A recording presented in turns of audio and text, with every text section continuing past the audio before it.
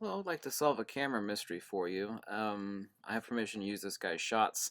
The other shots, all of these were shot in continuous high. These are his test shots afterwards that he took to try to see what was going on with his camera. The other shots are of his son swinging on a swing, and this is why he was shooting in continuous high on his Nikon D850. He contacted Nikon, and they wanted him to send his camera in for repair. And here's a great example of a Nikon worker not knowing what's going on and not knowing actually how a camera works. This is applicable actually to all DSLRs and to all mirrorless cameras, because the shutter mech, whether it be a mirrorless camera or a DSLR, they have little shutter mech motors, and those motors of course get power from the main board, which of course is sapping it off of the battery. Now, the user with his D850 reported me that he was basically running on a near-dead battery. And as someone that actually wrote articles for Apple and knows actually the characteristics of lithium-ion batteries, here's what's happened. And he did not need to send his camera off to Nikon to have the shutter mech replaced. This is what's going on. When you actually, normal shooting, like in say just single shot mode, and your battery's near dead, your camera actually has a parameter set within the firmware of each and every camera that says, hey, this battery is dead. We're going to say that the battery is dead, even though it's not really dead, but it's just so close to the edge that it will uh, tell the user that it's dead and not let you do any more camera operations. And of course the user will say, okay, the battery's dead, I need to charge this or stick in another battery, because neither Nikon or Sony or Fujifilm wants a camera that locks up midway through doing something.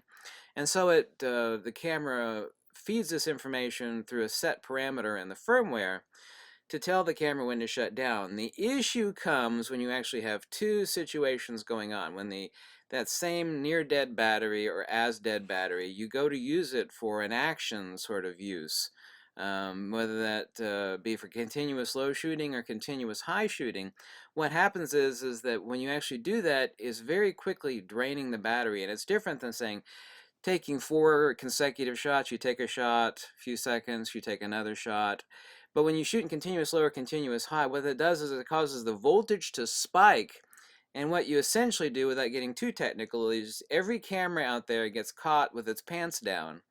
And there's this massive voltage spike in the negative, and the shutter mech motor gets fed an insufficient amount, and what it'll do is it'll lag.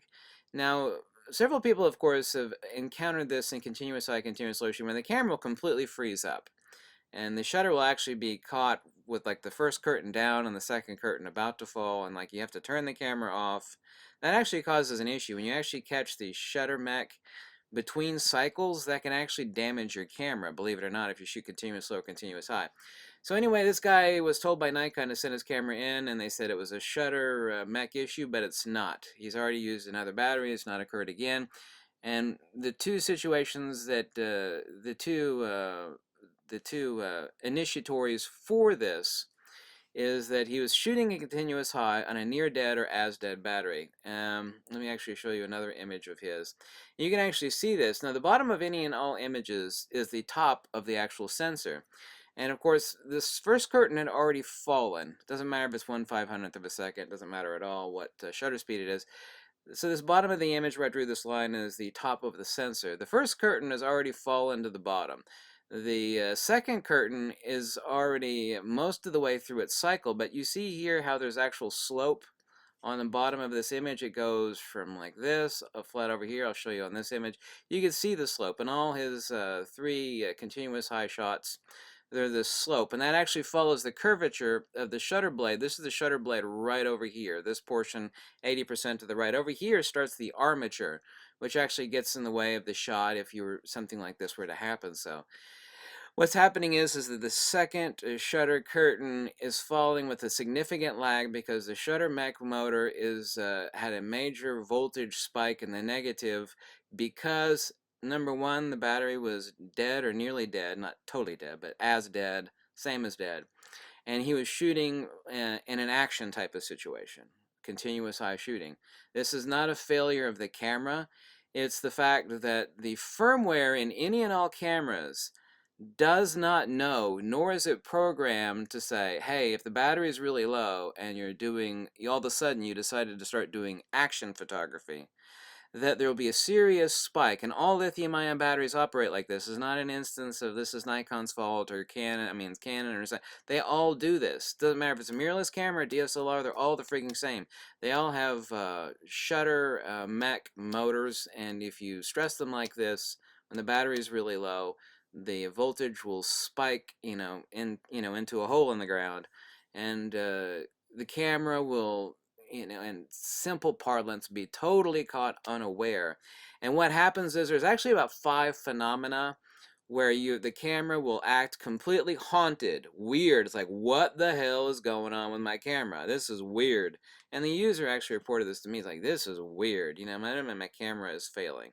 It's not failing. It's that no firmware by any camera company is designed to predict this, nor could it really be accurately predicted. You actually could write firmware saying if the battery is nearly dead and you stick the camera in continuous high or continuous low mode shooting, that the camera will say, nah, we can't go there. Nope, nope, nope, nope, nope. But none of them do that. This is a rare occurrence, but these camera companies could design firmware to compensate for that. But anyway, this is the source and chain of causation. Yes, thank you so very much. I am extremely good at camera diagnostics. This is the sort of stuff that none of the folks on the YouTube photography channels would have any idea what the hell is going on. They'd say, yeah, send it off to Nikon. It's probably a broken camera. Well, your camera is perfectly fine. In this case, it's a Nikon D850. Thanks to the user for letting me use these images. And this is exactly what's going on. Your camera's fine and nothing to worry about.